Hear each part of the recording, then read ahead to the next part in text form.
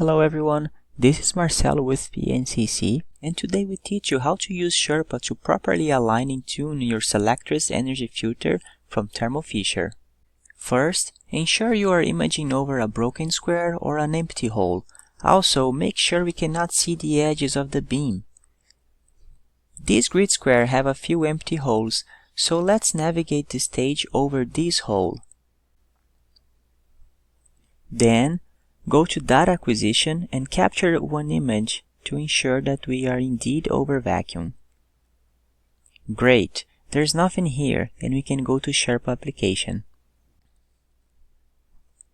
First, make sure to select the energy filter task. Then, the procedure to align and tune the energy filter involves centering the zero loss peak and correct the aberrations before and after the energy selection slit. These aberrations are known as isochromaticity and geometric and chromatic distortions.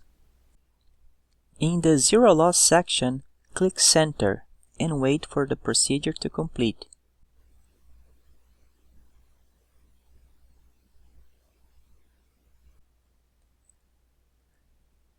Okay, the zero loss peak is centered. Now, in the isochromaticity section, click Measure and wait for the measurement to finish. Whenever a task is running, you can check the progress bar located in the lower right corner of the screen.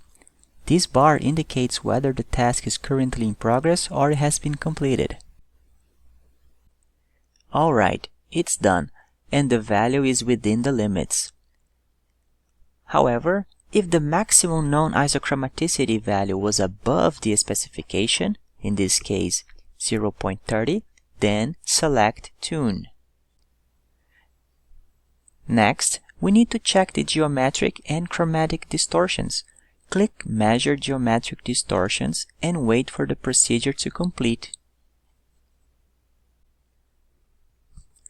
Alright, we are still within the maximum distortion threshold, so no further action is needed. However, if the measured distortion is far outside the specification, for example above 2%, then select Tune Magnification to correct the zero and first order distortions. Now, click Measure Chromatic Distortions and again wait for the procedure to finish. Alright, in this case the maximum chromatic distortion measured has reached the threshold and therefore it needs to be corrected. Since the distortion is below 2%, it is recommended to tune it. Click Tune Distortions to correct any remaining geometric and chromatic distortions.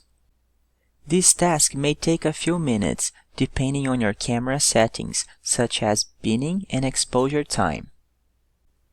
We usually use binning 4 as it provides a fast response time of geometric and isochromatic distortion functions with reasonable accuracy.